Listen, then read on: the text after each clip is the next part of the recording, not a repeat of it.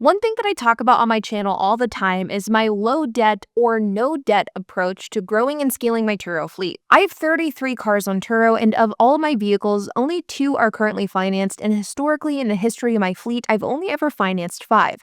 My camper van, Maserati Ghibli, Lincoln Navigator, and 2 Honda Odysseys. The Honda Odysseys are both still financed. I've built my Turo fleet with cash that my husband and I have been able to make and save, and even as our Turo business has matured, we have still opted out of taking on debt in order to grow our fleet further. And while this method has no doubt in some ways stunted the growth of our business, at least on a per-car basis, it has also been a decision that I stand by. And in this video, I'm going to talk about why. Now, before we dive into that, I do want to remind you guys that I have a course called the Car Sharing Masterclass that teaches you everything that you need to know about starting and scaling a car sharing business with the exact same business model that I use. The course is truly your one-stop shop for all things car sharing on platforms like Turo, direct rentals, as well as future platforms that could be introduced. And because we have a lifetime access guarantee with the course, even if the car sharing marketplaces change, new rules are introduced, or new platforms become the next big thing, you can be rest assured that you have the most up-to-date information because we do a big update of the course once per year with smaller quarterly updates throughout the year. In addition to over 7 hours of course content, you also get access to documents and resources, a private Discord group, and monthly Zoom calls. To check out the course for yourself, you can click on the link down in the description below, and you can use the code OFFER100 to get $100 off. I started Turo when I was 24 years old with my Jeep Wrangler, and this year will be my 8th year on the platform, which makes me feel old. And to be honest, as much as I would love to say that the reason why I grew my fleet in a low to no debt way is because I was just so financially responsible at 24 that I knew I didn't want to take out debt to grow a business, that isn't true. When I started Turo, I did this as a side hustle alongside a different business that I already owned, which eventually ended up closing. When my business closed, it ended up destroying my credit, and as a result, I couldn't get approved for a loan whenever I was in the midst of growing my Turo fleet, or at least I wouldn't have been able to be approved at a reasonable rate. So my decision to go the cash car route for Turo was originally born out of necessity because my credit sucked, no one would give me a loan, and if they did, it would have been at a stupid high interest rate,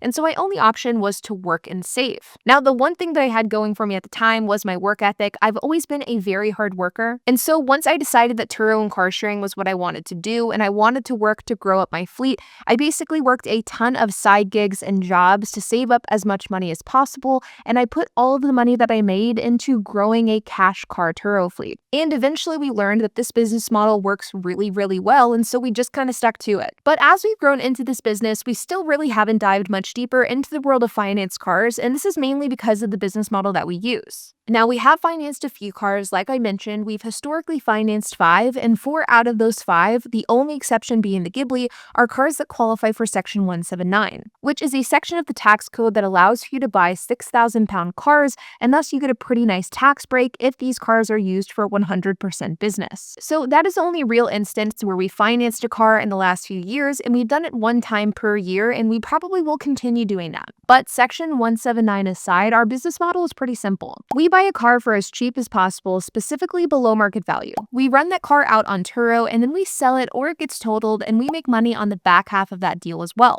So not only do we make money whenever the car is actually getting rented, but we also make money whenever it's time to get rid of that car as well. I hate to phrase it this way because it sounds like such a scam, but with our cash cars specifically, the cost of ownership of these cars is basically free. Like this Hyundai Tucson that we bought for $5,000 and we were paid out $9,000 when it was totaled, or this Honda Civic that we bought for $5,400 and we sold it for $5,200 18 months later, or this Tesla Model 3 that I sold this year for $500 more than I paid. The ability to essentially own these cars for low cost or no cost is an essential part of our business model, and this is something that is significantly harder to achieve with financed cars. And there are a few reasons why this is more difficult. The first being that with financed cars, you are traditionally going to buy newer, lower mileage vehicles, and with cashed cars, you're going to buy cars that are a bit older and have hit the bottom of their depreciation curve. My sweet spot right now is a 2013 to 2015 car with about 100,000 miles. By buying cars in this year and mileage range, you can mitigate depreciation, something that just isn't as easy to do with newer cars.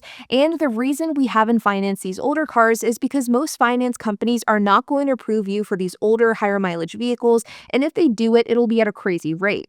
The second reason why it's hard to do this with financed cars is because of timing and the below market value aspect. Finding below market value deals is the backbone of my business, and financing a deal like that just makes it impossible. Even my Tesla, which is not your typical cash car, was bought in cash, and I credit that as a big reason why we were able to get that car for such a good deal. My standard line whenever I'm negotiating for our vehicle purchase is messaging them via Facebook Marketplace and saying, hey, would you take X amount of dollars? I can come right now with cash. And that truly is like the backbone of our business. And that same thing is impossible if you have to message them and say, hey, will you take X amount of dollars? If you agree, I gotta call my bank and we might be able to purchase it later this week. It just doesn't work the same way. A huge reason why we're able to get such good deals on vehicles is because of the fact that we have cash, there's a sense of urgency, and we can come today and we can buy that car. And while sure, there are ways that you can do this and achieve this with financed vehicles, but for the average Joe, it's going to be much harder. Now, of course, going the dealer route is an option you can explore, but I've just found that true below market value deals are few and far between with financed older cars. We've been looking for a good deal on a Mercedes C300 to replace our totaled C300 that left our fleet earlier in 2025,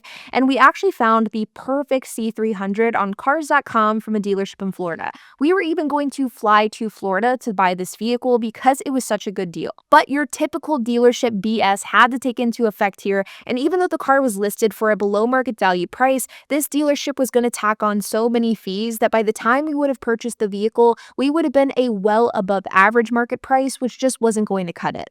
This is just one example of how a dealership isn't going to be the best deal possible. Dealers are just not in the business to give good deals, and so while dealers are great paths for easy financing, they're oftentimes not going to be the best path for below market value finds. Though, like everything, there are exceptions to this rule. In my experience, it isn't impossible to find below market value finds through financing, but it is significantly harder. And the method of buying cash cars that have already hit their depreciation, it just works. And while this has been a major reason why we haven't dived further into the debt game of using debt to grow our Turo fleet, there are a handful of other reasons as well, the biggest being profitability and margin. The reality is, a car that is financed is significantly less profitable than one that isn't. And whenever we talk about Turo expenses, we have to talk about the expenses that you have to incur to just keep your car on the road. So tires, oil changes, maintenance and repairs. You also have to take into account insurance, trackers, the car payment if applicable, depreciation. Well, whenever you break down the cost of these cars and keeping them on the road, while most finance cars are going to make more top line revenue because they're oftentimes newer, they're bringing in a higher daily rate, which I think is truthfully something that could be debated in itself. Once you take into these additional expenses, the profit on a finance car can dwindle down fast. And in most cases, if you were to buy, say, a 2020 mid-tier car, and if you were to buy that same model 8 years old in cash, you will actually make more on that 8-year-old car even though it is older and it was cheaper. And so from the standpoint of scale, my thought has always been I'll take 5 cash cars over 5 financed cars because even though the finance cars may not require as much upfront cash,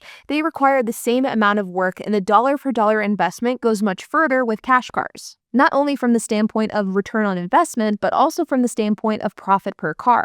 Now, this is why I've decided to continue kind of trudging along with the cash car business model, even as my business has grown.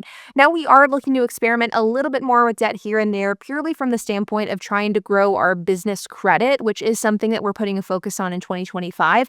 But for the most part, we are going to continue sticking with this cash car model because we've just found that it works. But I will admit, there are a ton of business models for Turo and car sharing. There's the model of doing finance cars, the model of doing a mix of both, the co-hosting model, and I think that there is merit to every single one of these business models. But in this video, I specifically wanted to talk about why this business model works for me and my fleet. And it really is just one of the many options that you can pursue. Now, in my course, the Sharing Masterclass, we go over all of the different options that you can pursue. So again, if you want to check that out, the code is OFFER100 for $100 off. Like always, you guys, I hope that you enjoyed this video. If you have any questions, comments, if you have anything to add, I would love to hear it. So make sure to leave a comment down below. And while you guys are at it, make sure to hit the like button, hit that subscribe button, and hit the notification bell. And I will see you guys in the next video.